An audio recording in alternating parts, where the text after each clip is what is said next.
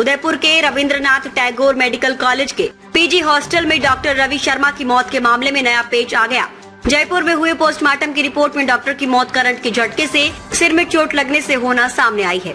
वहीं RNT ने current से मौत नहीं माना था। ऐसे में 2 अस्पतालों की पोस्टमार्टम रिपोर्ट में भी अंतर मिला। RNT मेडिकल कॉलेज से जुड़े हॉस्पिटल्स में चौथे दिन भी करीब 600 से ज्यादा रेजिडेंट्स डॉक्टर्स की हड़ताल जारी है। चचेरे भाई डॉक्टर प्रशांत शर्मा ने बताया, डॉक्टर रवि शर्मा की मेडिकल कॉलेज के पीजी हॉस्टल में रखे वाटर कूलर में करंट से मौत हुई थी। हादसा बुधवार देर रात को हुआ था। उनका कहना है, हॉस्पिटल प्रशासन की पोस्टमार्टम रिपोर्ट में सच्चाई को छुपाया जा रहा है। रिपोर्ट में ना तो मौत का कोई स्पष्ट कारण दर्ज किया गया है और ना ही करंट लगने जैसी घटना का कोई जिक्र है। जयपुर SMS हॉस्पिटल की मेडिकल टीम डॉक्टर दीपाली पाठक के नेतृत्व में एक प्लास्टिक सर्जन, एक पैथोलॉजिस्ट और एक अन्य मेडिकल ज्यूरिस्ट शनिवार को पहुंची थी। उन्होंने दोबारा पोस्टमार्टम किया था। उसकी रिपोर्ट पुलिस से प्राप्त की है, जिसमें डॉक्टर रवि की मौत करंट से होना सामने आया है। डॉक्टर रवि शर्मा के चचेरे भाई डॉक्टर प्रशांत शर्मा का कहना है कि मैं अपने आप को बहुत लाचार फील कर रहा हूँ कि इस आजाद देश में एक पढ़ा लिखा डॉक्टर करंट से मारा जाता है, उसकी कोई सुध नहीं लेता है, तो शायद आम जनता का क्या हाल होता होगा। मैं अंदर से मर चुका हूँ कि ये क्या हो रहा है। यहाँ का मेडिकल बोर्ड खुद को बचाने के लिए सैंपल के साथ हेराफेरी कैसे कर सकता है। उदयपुर रेजिडेंट डॉक्टर एसोसिएशन, मैं आपको URD की तरफ से जो भी घटनाक्रम हुआ है उस घटनाक्रम के बारे में कुछ ब्रीफ करना चाहता हूँ। अभी तक के बारे में जो भी 3 दिन पहले जो भी घटनाक्रम डॉक्टर रवि के साथ घटित हुआ, जो भी प्रशासनिक लापरवाही की वजह से उसकी मृत्यु हुई और उसके बाद जो प्रशासन की तरफ से जो इस मामले में लिपापोती और इनसेंसिटिवनेस दिखाई गई और जो इस पूरे मामले को नॉर्मल डेथ दिखाने के लिए जो भी लिपापोती की गई, इनकी जो प्रशासनिक पावर्स का दुरुपयोग किया गया, उसको वो अब इसलिए पोस्टमार्टम रिपोर्ट से काफ़ी हद तक प्रूव हो चुका है और ये ऑलमोस्ट कन्फर्म हो चुका है कि ये जो मृत्यु है इसमें इलेक्ट्रिक करंट का कन्फर्मेटरी नहीं तो कहीं ना कहीं एक रोल रहा है। और जब परमानेंट जो फाइनल रिपोर्ट आएगी वो ये इसके साथ पूरा न्याय भी कर देगी कि ये इसका कारण केवल और केवल इलेक्ट्रिक करंट है। बट अभी तक हमारे पास जो प्रूफ्स है वो ये बताने के लिए काफ़ी पर्याप्त है कि ये जो मौत हुई है वो इलेक्ट्रिक करंट की वजह से हुई है और इसका कारण केवल और केवल प्रशासनिक लापरवाही है।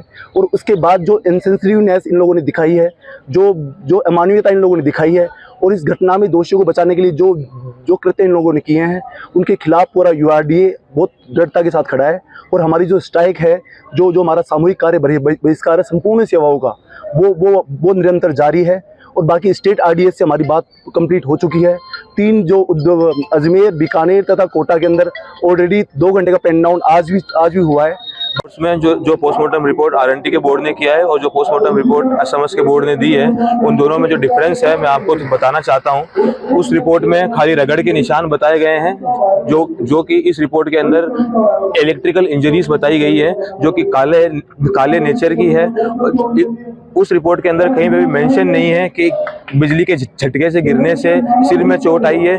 इस रिपोर्ट में बताया गया है कि बिजली के झटके से गिरने से सिर में चोट आई है पीछे की तरफ। उस रिपोर्ट में कहीं पे भी नहीं बताया गया है कि फेफड़ों का नेचर कैसा है। इस रिपोर्ट में बताया गया है कि फेफड़ों का नेचर कैसा है। उस रिपोर्ट में वहाँ से सैंपल ही नहीं लिए गए हैं जिस शरीर के अंग पे झटका लगा है। इस रिपोर्ट में उन्होंने वहाँ से सैंपल लिए हैं जहाँ से झटका लगा है। उस रिपोर्ट में नॉर्मल स्किन को FSL के लिए भेज दिया गया है। इस रिपोर्ट में जहाँ पे झटका लगा है वहाँ से सैंपल भेजे गए हैं। उस रिपोर्ट में कहीं पे भी ये मेंशन नहीं किया गया है, बिजली का कुछ भी दर्शाया नहीं गया है। इस रिपोर्ट में 3 इंजरीज को बिजली का बताना होना पाया गया है। उस रिपोर्ट में कहीं पे भी ये नहीं बोला गया है कि बिजली के कारण मृत्यु होना हो सकता है। इस रिपोर्ट में पाया गया है कि नकारा नहीं जा सकता है।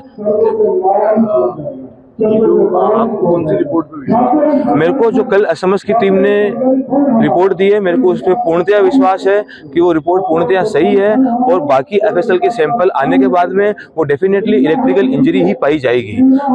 जो रिपोर्ट कलेक्टर साहब या SP के वहाँ गई थी तो ये क्या सार्वजनिक हो चुकी है, आपके पास आ चुकी है? ये रिपोर्ट मुझे अभी आधे घंटे पहले मिली है यहाँ के हाथीपोल थाने के CI के द्वारा। अब आगे क्या स्टैंड रहेगा आपका? आगे जब तक प्रशासन तो बिल्कुल मौन हो चुका है, मौत हो चुकी है प्रशासन की, मैं बिल्कुल अपने आप को लाचार फील करता हूं कि इस आज़ाद देश में जहाँ पे एक पढ़ा लिखा डॉक्टर एक करंट से मारा जाता है और उसकी कोई सूद तक नहीं लेता है, तो शायद आम जनता का तो क्या हाल होता होगा।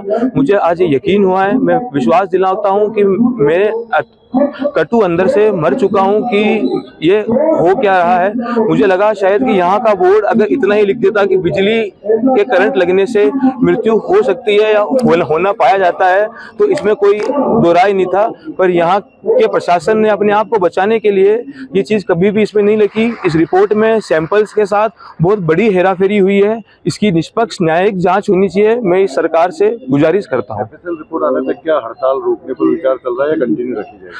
सर, इसका मैं अभी आपको कोई भी उल्लेख नहीं कर सकता हूं, पर मैं आपको ये जरूर विश्वास दिलाता हूं कि यहाँ पे जितने भी डॉक्टर काम कर रहे हैं, उनके माता पिता और उनसे 200-500 किलोमीटर जो भी दूर रहते हैं, वो अब अति चिंता में आ चुके हैं। उनको मजबूर कर रहे हैं हॉस्टल खाली करने के लिए, उनको मजबूर कर रहे हैं कि आप अपना किराए का घर लो, आप अपने बाहर रहो, आप किसी के सानिध्य में रहो, पर आप अपने प्रशासन के अंडर जो सरकार ने जो बिल्डिंग दे रखी है उनके अंदर आप उनको जल्द से जल्द खाली करके दूसरे कमरे लेके वहाँ रहो।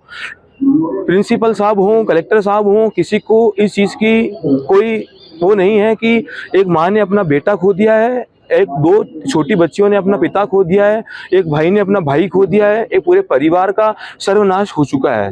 पर प्रशासन और सरकार बिल्कुल मौन है और पानी पीने गया था और मौत पी के आया है।